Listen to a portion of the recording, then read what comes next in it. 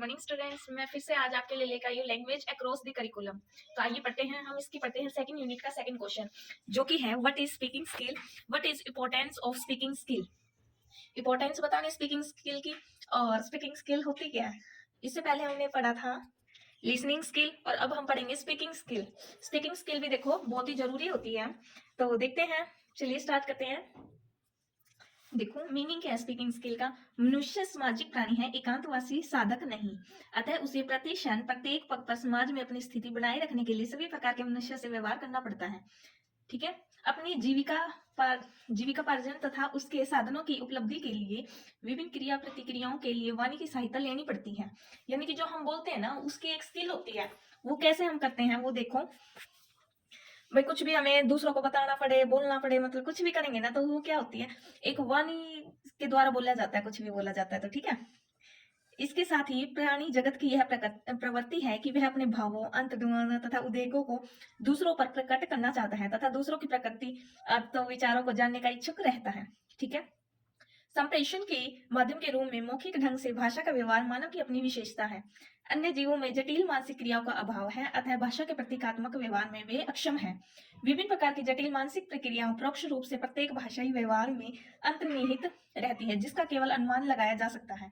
मनुष्य एक सामाजिक प्राणी है, वह अपने दैनिक कार्य व्यापार में अनेक व्यक्तियों के संपर्क में आता है और भाषा के माध्यम से अपने विचार प्रकट करता है। सामान्यतः विचारों के संप्रेषण के लिए मौखिक अभिव्यक्ति का सहारा लिया जाता है।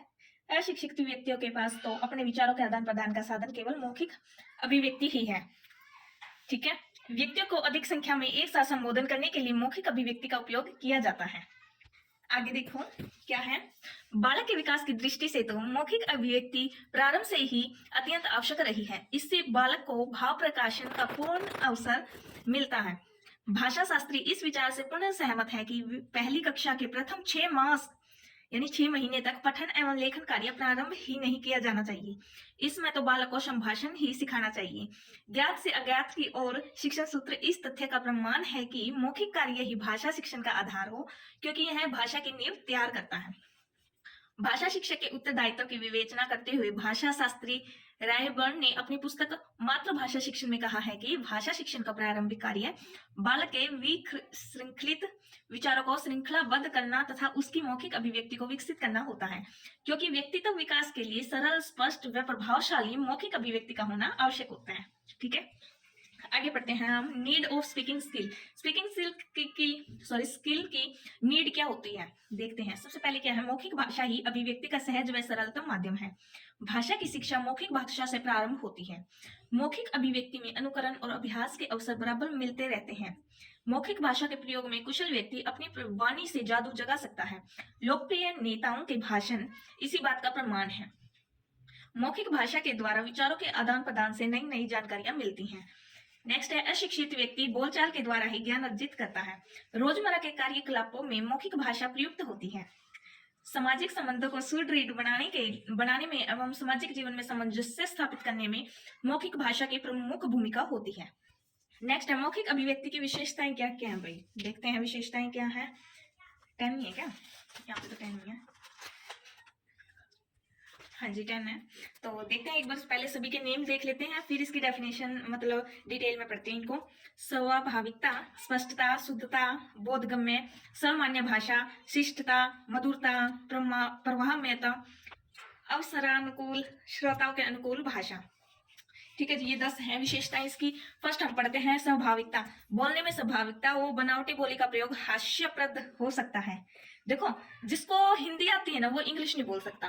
वो इंग्लिश बोलेगा ना, तो उसके मतलब थोड़ा बहुत भी बोलेगा तो उसकी जैसे मतलब मदर टंग होती है ना, उससे अलग कोई भी लैंग्वेज बोलेगा ना, तो उसके वो मतलब मुंह पे सूट नहीं करती, अलग सा लगता है, तो वो क्या हो जाती है, हास्यप्रद हो जाती है। हंसते मतलब सभी उस पे। अस्वाभाविक भाषा वक्ता को अविश्वसनीय बना देती है। जैसे किसी को इंग्लिश नहीं आती है, ठीक है, ये एग्जांपल लो आप, किसी को इंग्लिश नहीं आती है और अगर वो कभी उसको बोलना पड़ जाए कि भाई जैसे थोड़ी बहुत आती है, परफेक्ट नहीं आती, तो उसके मन में क्या रहेगा, कहीं गलत बोल दूं मैं, कहीं गलत बोल दूं मैं, कहीं कुछ गलत वर्ड यूज ना हो जाए, तो वो क्या है, अविश्वसनीय, यानी कि उसको कॉन्फिडेंस नहीं है कि मैं बोल सकता हूँ या नहीं बोल सकता। ठीक है। स्वाभाविक भाषा विश्वसनीय होती है। ठीक है, जो उसके मतलब उसने अच्छे से सीख रखी है, जो उसकी मदर टंग लैंग्वेज है, उस वो भाषा क्या होगी उसके लिए, कॉन्फिडेंस के द्वारा बोली जाएगी। ठीक है, विश्वसनीय होगी। ट्रस्टफुल होगी उसके लिए। स्पष्टता, मौखिक अभिव्यक्ति का दूसरा गुण है स्पष्टता। बोलने में स्पष्टता होना अति आवश्यक है। जो बात कही जाए वह स्पष्ट व साफ होनी चाहिए, ठीक है। नेक्स्ट है शुद्धता, बोलते समय शुद्ध उच्चारण होना चाहिए। अशुद्ध उच्चारण से अर्थ का अनर्थ हो जाता है, ठीक है। जब हम बोलते हैं ना, कई बार ऐसा होता है कि दो दो वर्ड के है ना एक ही मीनिंग होते हैं, ठीक है, और एक ही वर्ड के दो दो मीनिंग होते हैं, ये भी होते हैं, ठीक है। तो अगर हम ना उच्चारण अगर छोटी सी भी ऊ की मात्रा लगा लो, ऊ की मात्रा के भी चेंज हो गया ना, तो वो क्या हो जाती है, अशुद्ध उच्चारण हो जाता है, ठीक है। नेक्स्ट है बोधगम्य, मौखिक अभिव्यक्ति में सरल व सुबोध भाषा का प्रयोग करना चाहिए, ठीक है। जो सभी को समझ आ जाए वो भाषा यूज करनी चाहिए। जब भी हम बोल रहे हैं, किसी के साथ भी बातचीत कर रहे हैं, तो जो अगले को, मतलब जो अगला बंदा, सामने वाला बंदा है, उसको समझ आ जाए वही भाषा का प्रयोग करना चाहिए। आगे है सर्वमान्य भाषा, मौखिक भाव प्रकाशन में सर्वमान्य भाषा का प्रयोग करना चाहिए। अप्रचलित शब्दों के प्रयोग से वार्तालाप नीरस हो जाता है। ये देखो भाई, बहुत मेन टॉपिक है, टॉपिक कह रही हूँ, सॉरी, पॉइंट है ये, कि जहां पर जो भाषा बोली जाती है वहीं पर वही भाषा बोली जानी चाहिए। ऐसा ना हो कि जैसे हम, देखो एक एग्जांपल के तौर पे बता दें, वैसे तो आजकल इंग्लिश सभी को आती है, लगभग सभी को आती है, ठीक है। जैसे हम इंडिया के अंदर रह रहे हैं, किसी और मान लो कि सभी को इंग्लिश नहीं आती, ठीक है, और अगर हम वहां पे इंग्लिश बोलने लग जाए तो वो क्या होगी, गलत होगी। अरे हिंदी बोलेंगे तो वो क्या होगी, सर्वमान्य भाषा होगी। हिंदी एक ऐसी भाषा है जो सभी जगह बोली जाती है, हर कोई उसको समझ सकता है। हाँ, ऐसे भी बंदे होते हैं जिसको हिंदी नहीं आती, ठीक है। ये मत सोचना हिंदी आ गई तो सब कुछ आ गया, इंग्लिश भी जरूरी है भाई, ठीक है। नेक्स्ट है शिष्टता, वार्तालाप करते समय शिष्टाचार का ध्यान रखना चाहिए।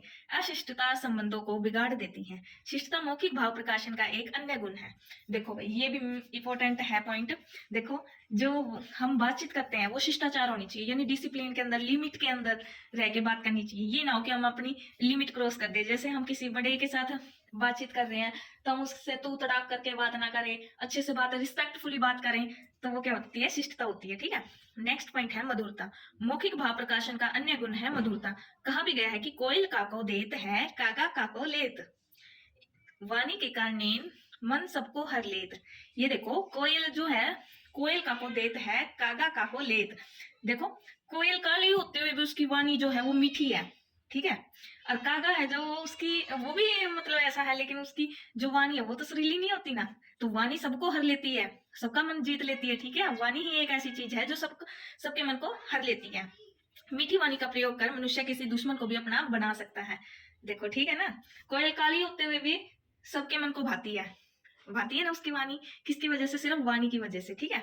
नेक्स्ट है प्रवाहमयता, विराम चिन्हों के उचित प्रयोग से अभिव्यक्ति में सम्यक गति आ जाती है। अतः मौखिक भाव प्रकाशन में उचित प्रवाहमयता होनी चाहिए, ठीक है।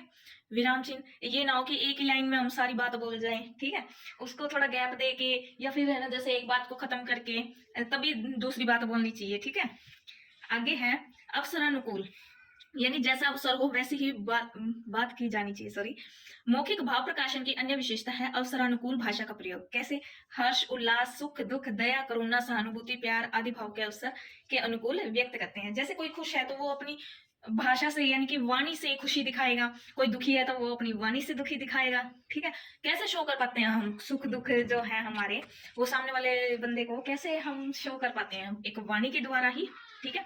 नेक्स्ट, श्रोताओं के अनुकूल भाषा, मौखिक अभिव्यक्ति की अन्य महत्वपूर्ण विशेषता यह है कि सुनने वाले कौन है, किस स्तर के हैं, के अनुकूल ही भाषा का प्रयोग करना चाहिए। देखो, ये भी इंपॉर्टेंट पॉइंट है।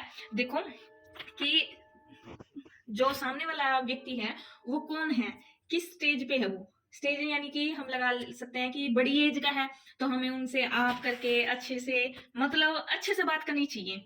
ये ना हो कि भाई उससे लिमिट क्रॉस करके बात करो, ऐसे करो, ऐसा नहीं करना चाहिए, ठीक है। उसकी मतलब उसका जो स्तर है वो देख के करना चाहिए बातचीत, ठीक है। नेक्स्ट है इसके objectives of developing speaking skill in children. Children के अंदर जो स्पीकिंग स्किल है, उसको जो अभिव्यक्ति कौशल है उसका विकास करने का क्या उद्देश्य है। उद्देश्य देखो भाई क्या है, देखो, छात्रों का उच्चारण शुद्ध एवं परिमार्जित बनाना, छात्रों को शुद्ध उच्चारण, उचित स्वर, उचित गति के साथ बोलना सिखाना, छात्रों को निसंकोच होकर अपने विचार व्यक्त करने के योग्य बनाना, छात्रों को व्याकरण सम्मत भाषा का प्रयोग करना सिखाना, छात्रों को सरल एवं मुहावरेदार भाषा का प्रयोग करने के योग्य बनाना, बोलने में विराम चिन्हों का ध्यान रखना सिखाना, विषयानुकूल एवं प्रसंगानुकूल शैली का प्रयोग करना सिखाना, छात्रों में स्वाभाविक ढंग से परस्पर वार्तालाप करने की आदत विकसित करना, छात्रों को धारा प्रवाह प्रभावोत्पादक वाणी में बोलना सिखाना, छात्रों को क्रमबद्धता बनाए रखना सिखाना। आगे आती है इम्पोर्टेंस, जो इसके अंदर मेन पूछा गया था वो अब आया। देखो क्या है इम्पोर्टेंस ऑफ स्पीकिंग स्किल की इम्पोर्टेंस क्या क्या है वो देखते हैं भाई। मौखिक अभिव्यक्ति मानव जीवन का अनिवार्य अंग है, ठीक है। जिस प्रकार मानव के लिए खाना पीना सोना उठना बैठना मलमूत्र त्यागना आवश्यक है, उसी प्रकार उसके लिए बोलना भी आवश्यक है, ठीक है। मौन साधना भी कुछ समय के लिए की जा सकती है, पुनः कुछ समय बाद उसे त्याग कर मानव को मौखिक अभिव्यक्ति की शरण लेनी पड़ती है। अतः यह अभिव्यक्ति हमारे लिए अत्यधिक महत्वपूर्ण है। मौखिक अभिव्यक्ति का महत्वपूर्ण निम्नलिखित सूचनाओं से स्पष्ट होता है, ठीक है। देखते हैं कैसे स्पष्ट होता है। फर्स्ट है हमारा दैनिक जीवन में मौखिक अभिव्यक्ति का महत्व। दैनिक जीवन के अंदर क्या है भाई, क्या देखते हैं। हमारे दैनिक जीवन का कार्यकलाप मौखिक अभिव्यक्ति पर निर्भर करता है। छोटे से छोटा काम भी मौखिक अभिव्यक्ति के बिना नहीं हो सकता, ठीक है। हम बोलेंगे ही नहीं तो हम कैसे काम कर पाएंगे, कैसे सामने वाले को बता सकेंगे कि ये काम आप कर लो या कर दो, ठीक है। ऐसे परिवार गरीब मोहल्ला तथा आसपास के लोगों से हमें कई काम पड़ते रहते हैं। हमें दूसरों की बात समझनी होती है और अपनी बात समझानी होती है। यदि हम दुकानदार के पास कुछ खरीदने जाएंगे तो मौखिक अभिव्यक्ति का ही सहारा लेंगे। दुकानदार भी मौखिक अभिव्यक्ति द्वारा वार्तालाप करेगा। अतः यह स्वतः सिद्ध है कि हम प्राय मौखिक अभिव्यक्ति के द्वारा ही अपने विचारों का आदान प्रदान करते हैं। आदेश निर्देश लेने के लिए ही मौखिक भाषा का प्रयोग किया जाता है। नेक्स्ट है व्यवसायिक कार्यों में सहायक। ऑक्यूपेशन फील्ड में क्या इसका यूज है, देखते हैं हेल्पफुल कैसे है ये। विभिन्न व्यवसायिक क्षेत्रों में मौखिक अभिव्यक्ति का बहुत उपयोग होता है। यद्यपि विभिन्न व्यवसायों से संबंधित कई पुस्तकें प्रकाशित हो चुकी हैं, उनमें हम कई जानकारियां उपलब्ध कर सकते हैं, लेकिन इससे मौखिक अभिव्यक्ति का महत्व कम नहीं हो जाता। पुस्तकों के होते हुए भी अध्यापक कक्षाओं में मौखिक अभिव्यक्ति द्वारा पढ़ाता है। अनुभव के आधार पर यह कहा जा सकता है कि अध्यापक मौखिक भाषा द्वारा अधिक सफलतापूर्वक पढ़ा सकता है। वैज्ञानिक तथा तकनीकी व्यवसायों के सम्मेलन होते हैं, उनमें मौखिक भाषा का सर्वाधिक प्रयोग होता है, ठीक है। नेक्स्ट है हमारा कहानी सुनाना तथा सुनना। सभी बच्चे कहानियों को सुनना पसंद करते हैं। अध्यापक को स्वयं पहले कोई कहानी सुनानी चाहिए और फिर बच्चों को उस कहानी को सुनाने के लिए कहना चाहिए। हो सकता है कि कोई बच्चा कहानी सुनाने में संकोच करे, इसके लिए अध्यापक को उसके साथ सहानुभूतिपूर्वक ढंग से व्यवहार करना चाहिए। ऐसा करने से श्रवण कौशल तथा मौखिक अभिव्यक्ति कौशल दोनों को विकसित करने में सफलता मिलती है। नेक्स्ट है चित्र वर्णन। तो देखो एक कहते हैं ना, एक फोटो भी बहुत कुछ बोल देती है, यानी पिक्चर कुछ भी बोल सकती है, ठीक है। छोटे बच्चे चित्रों को ध्यान से देखते हैं। कोई चित्र दिखाकर बच्चों से उस चित्र के बारे में प्रश्न पूछे जा सकते हैं। उदाहरण के रूप में गाय का चित्र दिखाकर बच्चों को गाय से संबंधित ज्ञान दिया जा सकता है। यही नहीं, चित्र द्वारा कहानी भी सुनाई जा सकती है और फिर उससे संबंधित प्रश्न पूछे जा सकते हैं। अतः चित्र वर्णन मौखिक अभिव्यक्ति के लिए अत्यंत उपयोगी है, ठीक है। नेक्स्ट है कविता पाठ। छोटे बच्चे कविता सुनने में अत्यधिक रुचि लेते हैं। कविताएं कंठ करके उन्हें सुनाना भी चाहते हैं। यदि उनके लिए अनुकूल वातावरण उत्पन्न किया जाए तो वे कंठस्थ कविता को बड़ी मधुरता से गाते हैं। उचित हाव भाव तथा अंग संचालन के द्वारा कविता पाठ करना उन्हें बड़ा अच्छा लगता है। अध्यापक का कर्तव्य बनता है कि वह प्रत्येक बच्चे को कविता सुनने की प्रेरणा दे। इससे उद्योग तथा कार्यालयों में मौखिक अभिव्यक्ति दिशा निर्देश देने में भी सहायता मिलती है। इस संदर्भ में हम दूरभाष तथा मोबाइल सेवा की चर्चा करते हैं, ठीक है। नेक्स्ट है ज्ञानार्जन का महत्वपूर्ण साधन क्या है। मौखिक भाषा द्वारा भी हम ज्ञान प्राप्त कर सकते हैं। ज्ञानार्जन की इच्छा ही प्रश्न को जन्म देती है। प्राय बच्चा तरह तरह के प्रश्न पूछकर ज्ञानार्जन प्राप्त करता है। विशेषकर लोग धर्माचार्यों से मौखिक अभिव्यक्ति के माध्यम से ही ज्ञानार्जन प्राप्त करते हैं। यो तो ज्ञान प्राप्ति के लिए हमें विभिन्न ग्रंथों का अनुशीलन करना पड़ता है अथवा किसी योग्य गुरु की शरण ग्रहण करनी पड़ती है, लेकिन मौखिक अभिव्यक्ति भी ज्ञानार्जन का एक प्रमुख साधन है। विशेषकर अशिक्षित व्यक्ति बोलचाल के द्वारा ही ज्ञानार्जन का एक प्रमुख साधन है। विशेषकर अशिक्षित व्यक्ति बोलचाल के द्वारा ही ज्ञानार्जन करता है। नेक्स्ट है वार्तालाप, अभिव्यक्ति का सहज साधन। मानव का ऐसा स्वभाव है कि वह स्वयं को दूसरों के समक्ष अभिव्यक्त करना चाहता है। बोलचाल आत्माभिव्यक्ति का सहज साधन है। बोलचाल में प्रवीणता प्राप्त करना भी एक कला है। जिसके पास यह कला नहीं होती वह जीवन में सफल नहीं हो पाता। आजकल व्यक्तिगत कला का प्रशिक्षण भी दिया जाता है, लेकिन कुछ लोगों को बिना प्रशिक्षण के ही ईश्वरीय वरदान प्राप्त होता है कि वे धारा प्रवाह भाषा बोलकर भाव अभिव्यक्ति करते हैं। एक साधारण व्यक्ति भी सहज रूप से भाव अभिव्यक्ति कर सकता है। साधना और प्रशिक्षण पाकर तो व्यक्ति अपनी वाणी में जादू उत्पन्न कर सकता है। बड़े बड़े नेताओं के गले में तो वाणी का निवास होता है और वे अपनी भाषण द्वारा जनता को अपनी ओर आकर्षित कर लेते हैं। नेक्स्ट है मौखिक अभिव्यक्ति एक व्यवसाय है। कैसे है भाई देखते हैं। आज तो मौखिक अभिव्यक्ति का एक व्यवसाय का रूप धारण कर चुकी है। वस्तुओं के क्रय विक्रय में मौखिक अभिव्यक्ति का विशेष महत्व होता है। एक सफल व्यापारी मौखिक अभिव्यक्ति में पारंगत होने के कारण ही अधिकाधिक माल बेचता है और धन कमाता है। विभिन्न कंपनियों के विक्रय अधिकारी अपनी मौखिक अभिव्यक्ति की ही कमाई खाते हैं। आज विज्ञापन संस्कृति का आधार भी यही मौखिक अभिव्यक्ति है। यही नहीं, फिल्म उद्योग तथा दूरदर्शन के सीरियल्स के पीछे भी मौखिक अभिव्यक्ति का ही कार्य होता है। फिल्मों तथा नाटकों में अभिनय के साथ साथ मौखिक अभिव्यक्ति का भी विशेष महत्व रहता है। नेक्स्ट है भाषा शिक्षण में बोलचाल का महत्व। बोलचाल से ही भाषा शिक्षण का आरंभ होता है। छोटा बच्चा पहले बोलना सीखता है, उसके बाद पढ़ना तथा फिर लिखना। मौखिक अभिव्यक्ति में बच्चे को अनुकरण तथा अभ्यास के अनेक अवसर प्राप्त होते हैं। यह सर्वविदित तथ्य है कि अनुकरण तथा अभ्यास भाषा शिक्षण के महत्वपूर्ण साधन है। हमें यह भी स्वीकार करना होगा कि बोलचाल द्वारा भाषा शिक्षण बड़ी सरलता से हो सकता है, लेकिन लेखन तथा वाचन में अनेक कठिनाइयां उपस्थित होती हैं। इसलिए भाषा शिक्षण में बोलचाल का विशेष महत्व है। नेक्स्ट है व्यक्तित्व विकास का महत्वपूर्ण साधन। मौखिक अभिव्यक्ति मनुष्य के व्यक्तित्व के विकास का भी प्रमुख साधन है। मनुष्य अपनी व्यक्तित्व कला द्वारा दूसरे पर अपने व्यक्तित्व का प्रभाव छोड़ता है।